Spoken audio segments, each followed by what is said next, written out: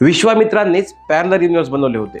Crux तारामंडळ आणि विश्वामित्र यांचा जवळून संबंध आहे हे तुम्हाला माहिती आहे का? नाही ना? डोंट वरी, गिरितेज आहे ना। ही कथा आहे राजा त्रिशंकूची। एक असा राजा ज्याला मृत्यूनंतर नाही तर जिवंतपणे स्वर्गात जायचं होतं, तेही शरीरासकट। पण पुढे जे घडलं ते तुम्ही कधीच ऐकलं नसेल। त्रिशंकू गेला महान ऋषी वशिष्ठांकडे, पण त्यांनी त्याला स्पष्ट नकार दिला, कारण हे प्रकृतीच्या नियमाविरुद्ध होतं। त्रिशंकू गेला वशिष्ठांच्या 100 पुत्रांकडे। त्यांनी त्रिशंकूला गुरुचा अपमान केल्यामुळे तू चांडाळ होशील असा शाप दिला। त्या शापामुळे त्रिशंकू चांडाळ झाला। त्यानंतर त्रिशंकू गेला अहंकार आणि तपशक्ती हे दोन्ही प्रचंड असणाऱ्या विश्वामित्र ऋषींकडे, आणि इथूनच सुरू झाली देवांनाही आव्हान देणारी ती भयंकर कथा। विश्वामित्र म्हणाले, वशिष्ठांनी नकार दिला म्हणून विश्वामित्रांनी ते आव्हान स्वीकारले।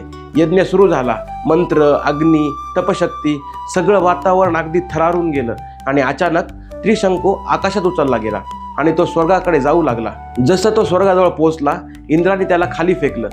त्रिशंकूने विश्वामित्रांचा धावा केला, वाचवा वाचवा।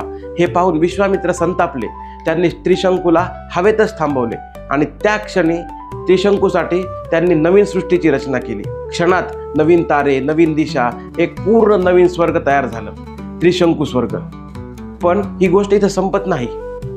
आजही दक्षिण गोलार्धात अर्थात सदर्न हेमिस्फिअरमध्ये एक तारामंडळ आहे, क्रक्स तारामंडळ, जे भारतातून नीट दिसत नाही। 4 तेजस्वी तारे, एक वेगळाच आकार, आणि काही थेरी सांगतात हाच तो त्रिशंकू स्वर्ग। एक वेगळं आकाश जिथे त्रिशंकू आजही लटकलेला आहे, ना पृथ्वीवर ना स्वर्गात। पण सत्य काय? शास्त्रांमध्ये क्रक्सचा उल्लेख नाही। मग हे प्राचीन कथा आणि आधुनिक आकाश यातलं साम्य, की फक्त योगायोग, की काहीतरी गहन रहस्य?